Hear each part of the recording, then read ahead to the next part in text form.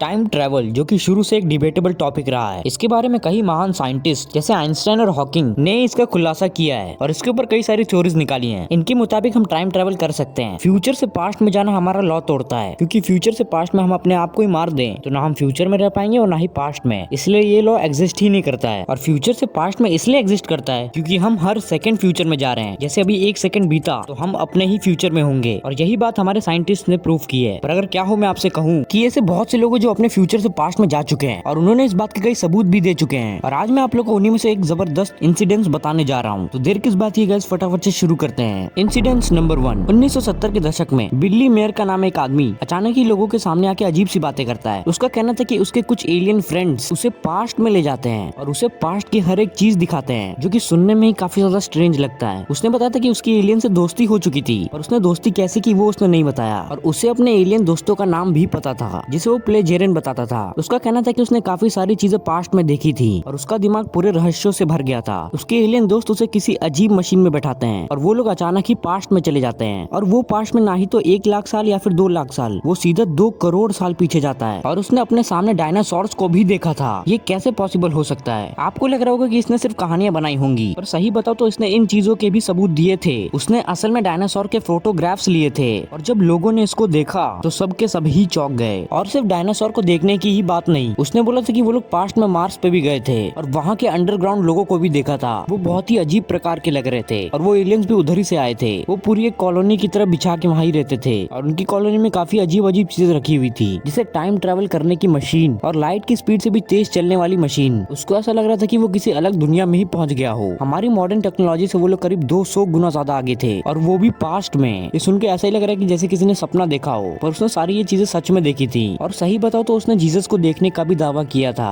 और जिस कंट्री में वो रहता था यानी स्विट्जरलैंड में, वहाँ की गवर्नमेंट्स ने उसको दबाने की पूरी कोशिश की। उस कहानी को झुठला दिया और लोगों के सामने ये बोला गया कि ये सिर्फ मनगढ़ंत कहानी है। मेयर को दुनिया से गुप्त रखा गया, और स्विट्जरलैंड की एजेंसीज ने उसको धमकियां भी दी थी कि अगर तुमने ये कहानी किसी को बताई तो तुम्हें अरेस्ट कर लिया जाएगा। इसी की वजह से ये कहानी कभी दुनिया के सामने नहीं आई, और उसने जो कहा था उसने हर एक बात का सबूत दिया था। और ये मैं आप पे छोड़ दूं कि आप इसे सच मानते हैं या नहीं। बढ़ते हैं अपने अगले इंसिडेंट्स की तरफ। Incidents number 2। The hipster time traveller. 1940 के दशक में वेस्टर्न कंट्रीज में वहाँ के लोग का अलग ही क्लोथ फॉर्मेशन था। मेन सिर्फ कोट पहनते थे, और वही चीज उस टाइम फेमस था। पर उस टाइम के फोटो में एक अजीब सी चीज देखने को मिलती है। एक आदमी सनग्लासेस और स्वेटर पहन के घूम रहा है, जो कि हमारे दिमाग को पूरी तरीके से घुमा देता है। उस टाइम पे ऐसे फैशन आए ही नहीं थे, तो वो बंदा उस फोटो में कैसे है? इस बंदे को लोगों ने कई सारी थ्योरी से बताया कि हो सकता है या तो कि ये किसी ग्लिच के कारण वहाँ पहुंच गया हो, या फिर ये जानबूझ के गया था। ऐसी कई सारी घटनाएं हो चुकी है ग्लिचेस की, जो आदमी पीछे पास्ट में चले जाता है, पर वो कुछ समय का ही एक्सपीरियंस रहता है। इसके ऊपर मैं एक डिटेल वीडियो बनाऊंगा। पर बात की जाए उस बंदे की, तो आखिरकार वो कैसे वहाँ पहुंचा, क्योंकि ये फैशन इस दौर का है। उस बंदे का आखिरकार मकसद हो क्या सकता है? क्या वो किसी एक्सप्लोरेशन पे आया था, या फिर वो जानबूझकर कैमरे के सामने आया था? क्योंकि असल में अगर उसको कैमरा दिखता तो उसको छुपना चाहिए था, बट वो बिना किसी डर के वहीं खड़ा था।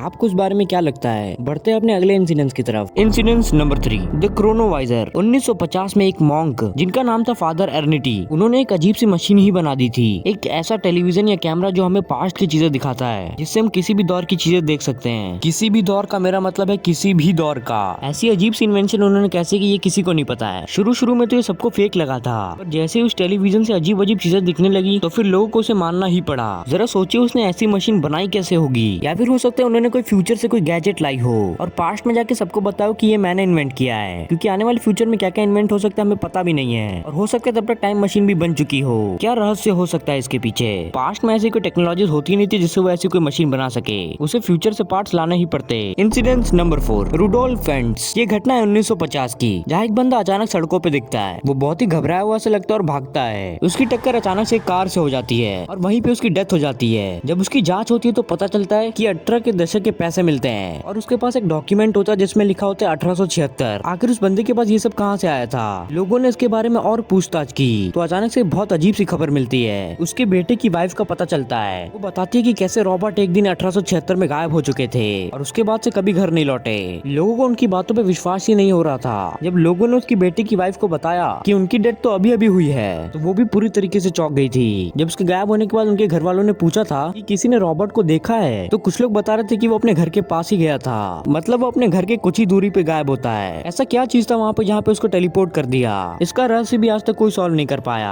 आपको क्या लगता है इसके पीछे क्या रहस्य होगा? तो ये तो थे गाइस कुछ टाइम ट्रैवल ट्रैवल के जबरदस्त इंसिडेंट्स और उम्मीद करता हूँ कि आपको मजा भी आया होगा। पर बहुत से लोग के मन में सवाल आता है टाइम ट्रैवल को लेकर कि क्या हम लोग अभी की टेक्नोलॉजी से टाइम मशीन बना सकते हैं। तो सही बताओ तो अभी की टेक्नोलॉजी से हम लोग टाइम मशीन बिल्कुल भी नहीं बना सकते हैं, क्योंकि उसके लिए हमें लाइट की स्पीड जितनी स्पीड चाहिए होगी, और अभी तक तो हम लोग 1000 किलोमीटर पर सेकंड पे भी नहीं पहुंचे हैं। हो सकता है आने वाले समय में वर्म होल का आविष्कार करके हम उस स्पीड तक पहुंच सकते हैं। तो गाइस आज के लिए तो बस इतना ही, मिलता हूँ अगली वीडियो में। और आपको हमारी वीडियो कैसी लगती है आप हमें कमेंट्स में बता सकते हैं। तो चलिए गाइस वक्त है अलविदा कहने का। Bye bye and take care.